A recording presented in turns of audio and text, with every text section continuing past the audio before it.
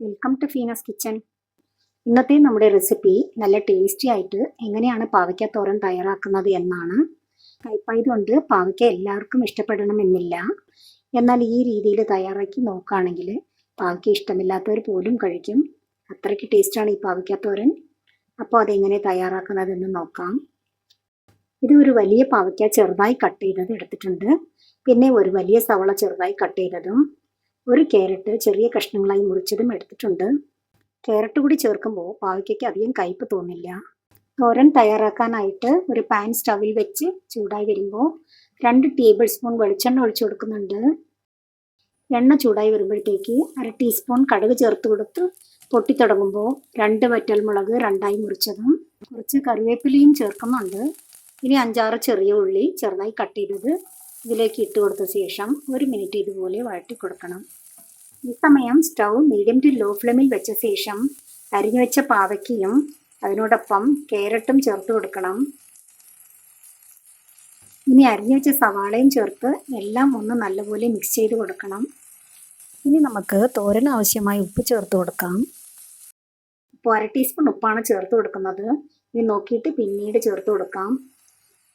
അതും കൂടി ചേർത്ത ശേഷം എല്ലാം ഒന്നുകൂടി ഇളക്കി യോജിപ്പിച്ച് അടി പിടിക്കാതിരിക്കാനായി മാത്രം കുറച്ച് വെള്ളവും ഒഴിച്ചു കൊടുത്ത് നമുക്കിത് അടച്ചു വെച്ച് വേവിച്ചെടുക്കണം. ചെറിയ ഫ്ലെയിമിൽ വെച്ച് വേണം പാവയ്ക്കും ക്യാരറ്റും ഒക്കെ ഒന്ന് വേവിച്ചെടുക്കാൻ. 6-7 മിനിറ്റ് കഴിയുമ്പോൾ നമുക്ക് നോക്കാം.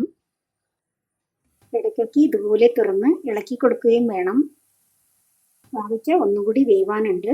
ഇനി ഒരു 2 മിനിറ്റ് നേരം കൂടി നമുക്കിതുപോലെ അടച്ചു വെക്കാം. ഈ സമയം തോരന് വേണ്ടിയുള്ള അരപ്പ് തയ്യാറാക്കാം. 1/4 കപ്പ് ചിരകിയ തേങ്ങയിൽ 1/4 ടീസ്പൂൺ മഞ്ഞൾപ്പൊടിയും അതുപോലെ 1/4 ടീസ്പൂൺ നല്ല ജീരകം ചേർക്കുന്നുണ്ട്. 4 അല്ലി വെളുത്തുള്ളിയും എരിവിന് വേണ്ടി 3 പച്ചമുളകും ഇട്ട് നന്നായി ഒന്ന് ചതച്ച് ഈ പരുവത്തിൽ വേണം എടുക്കാൻ. ഒരുപാട് അരിഞ്ഞു പോകരുത്, ഈ പരുവത്തിൽ എടുത്താൽ മതിയാകും. ഈ സമയം കൊണ്ട് പാവയ്ക്കൊക്കെ നന്നായി വെന്ത് വന്നിട്ടുണ്ട്. ഇനി തയ്യാറാക്കി വെച്ച തേങ്ങാക്കൂട്ടും ഇട്ട് കൊടുത്ത് നല്ലപോലെ എല്ലാം ഒന്ന് യോജിപ്പിച്ച ശേഷം ഉപ്പ് നോക്കിയിട്ട് വേണമെങ്കിൽ ചേർത്ത് കൊടുത്താൽ മതിയാകും. ഇനി തേങ്ങാക്കൂട്ടിൻ്റെ പച്ചമണമൊക്കെ പോകാനായി എല്ലാം നല്ലപോലെ മിക്സ് ചെയ്ത് ഡ്രൈ ആക്കി എടുക്കുകയും വേണം. ക്യാരറ്റിൻ്റെ മധുരവും കൂടി ചേരുമ്പോൾ പാവയ്ക്കയ്ക്ക് ഒട്ടും കയ്പ്പ് തോന്നുകയില്ല.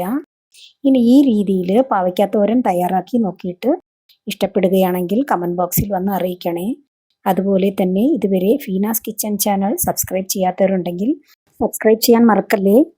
വീഡിയോ ഇഷ്ടമായാൽ ലൈക്ക് ചെയ്യാനും ഷെയർ ചെയ്യാനും പുതിയ റെസിപ്പികൾക്ക് വേണ്ടി ബെല്ലൈക്കൺ അമർത്താനും മറക്കല്ലേ.